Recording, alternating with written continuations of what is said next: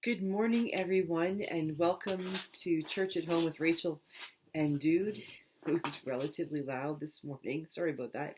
It is Wednesday, July, Wednesday, May the 12th in 2021. It's a beautiful day. It looks like it's going to be a gorgeous day here in Wainwright.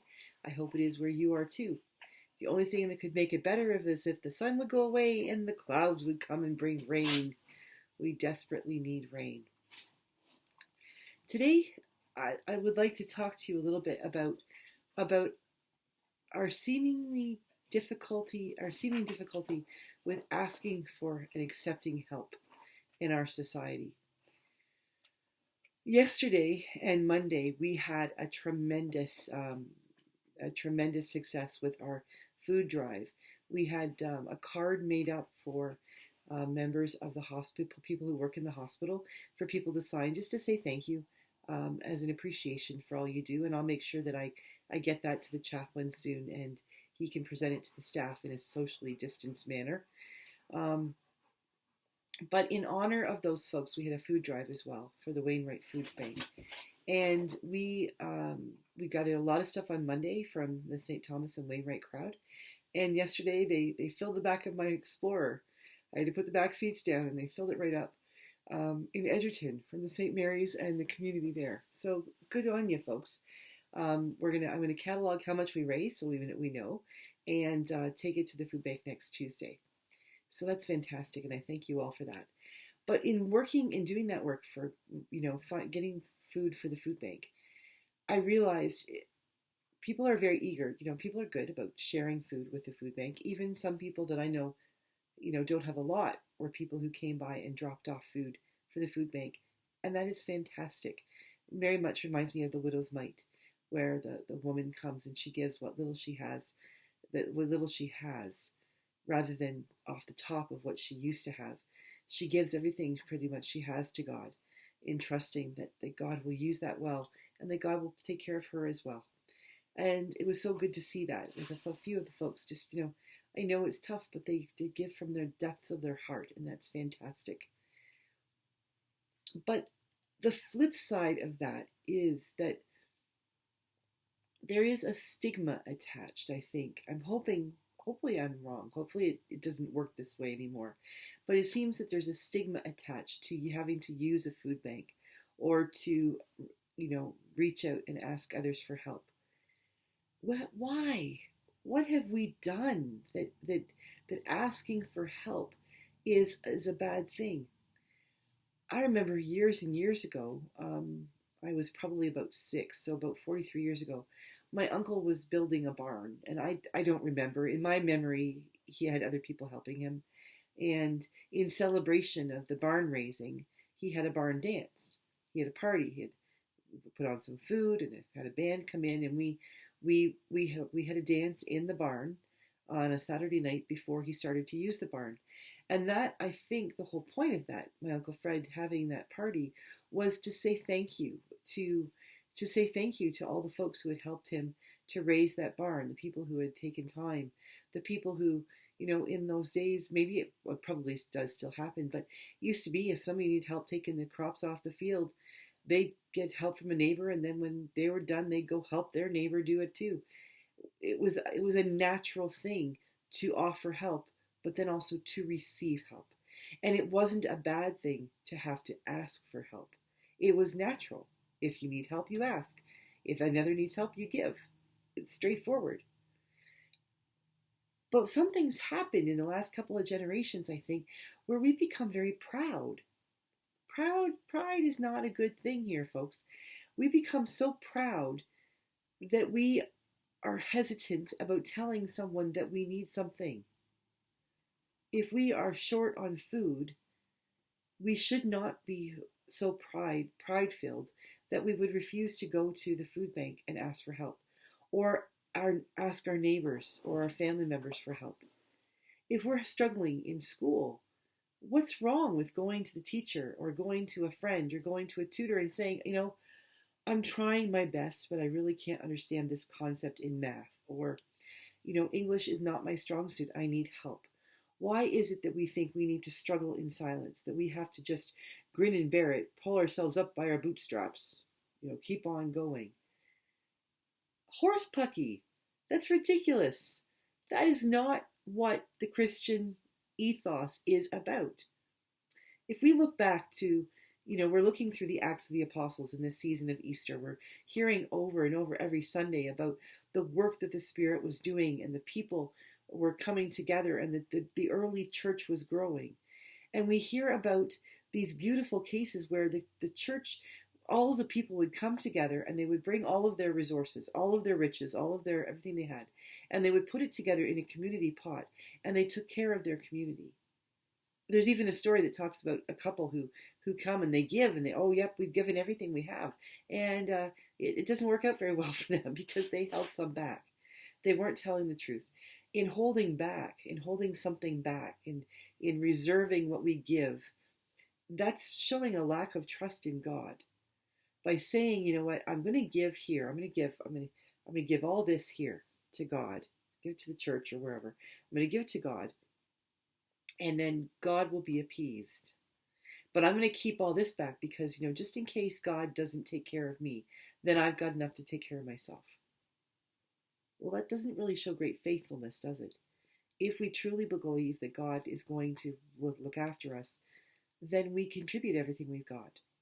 And I'm not saying this in sort of a prosperity gospel kind of way, or, that we're going to, God, if we give everything, then God's going to make our bills go away or put food on our tables like that. I think what happens is that when we give everything we've got to a community of like-minded people, then we have that, then that allows God to open our hearts and our minds, that we can see the generosity that is a circular giving. That when we give what we have and others can receive, then when they give what they have and we can receive when we need that's an ongoing thing. Lately, there's been a lot of talk about Canada and Alberta being socialist and becoming communist and things like that. That's, we can get into that another time about what is really communism and socialism and things like that. But what is the problem with the heart? Where is the problem with the idea or with the ethos that we look out for one another, that we can reach out and comfort and help somebody else? What is wrong with that? Why is it so wrong to do things like get a vaccination, even if you don't think you're going to get sick? If it helps you to keep from giving it to someone else, or even if it just simply helps to build up that herd mentality. I sound like somebody from previously from the White House. The herd immunity.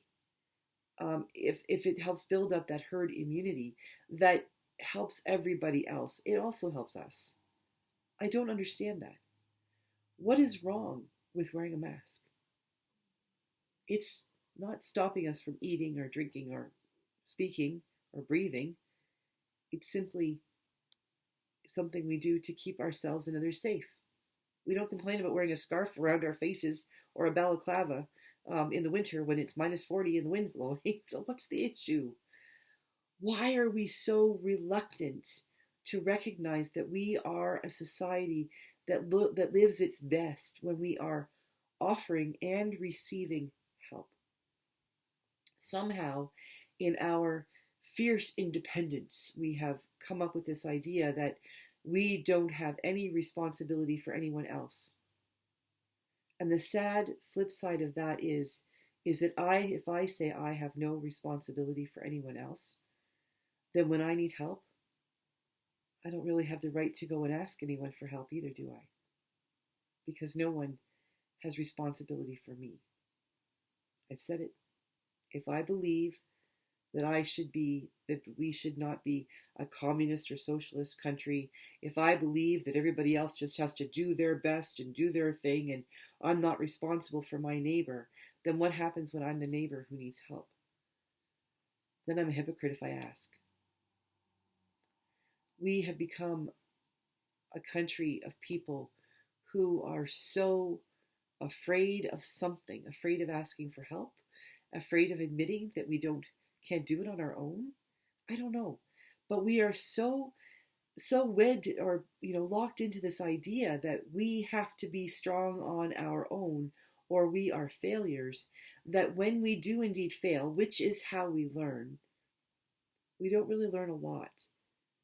We find ourselves scrabbling and trying to get back up on our own, not recognizing that there are hands being reached out to us, assistance being given to us, not because we're a communist country, but because we're just kind and good people.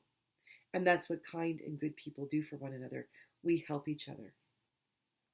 So why have we got such a stigma about things like asking for help, about going on unemployment or CERB, or going to the food bank if need be?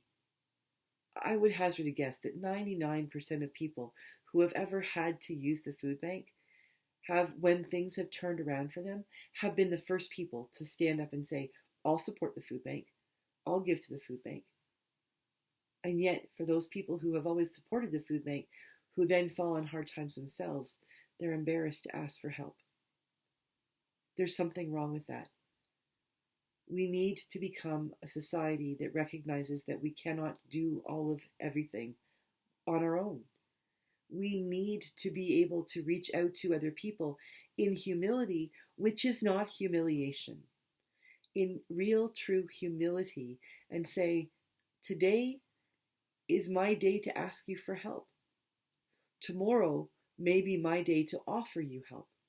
But in this moment, I ask of you and I expect of you that you will offer me help in grace, in peace, in love, in charity, but not with an expectation of humiliation. Just simply an expectation of humility. We need to get back to that place, folks, where we are truly a community of people. Whether we are believers in God or not, we are truly a community of people, a province, a country of people who are willing to both reach out and say, I can help you, not expecting anything back, but then in turn can turn around and say, I need your help, knowing that you expect nothing back. How beautiful would it be if we could honestly wake up in the morning and say, I know that if I need help today, I can ask. And I know I can receive it. And I know that if I can give help today, I will offer it and it will be received. That would be a country worth living in, wouldn't it? Have a great day, everybody. If you need help today, ask someone, whether it's for food or for just a shoulder to cry on, or somebody to talk to, or a recipe that you're making, or advice on how to raise your kids when they're living under your feet all day doing their homework, online learning and all that. Whatever you need, reach out to someone and ask for help and allow yourself to receive it, and then recognize the gift it is when someone asks for yours. Have a great day. God bless you. Stay safe, and I'll see you again tomorrow we'll talk about the Feast of the Ascension for Church at Home with Rachael on Thursday. God bless and stay safe, everybody. God loves you.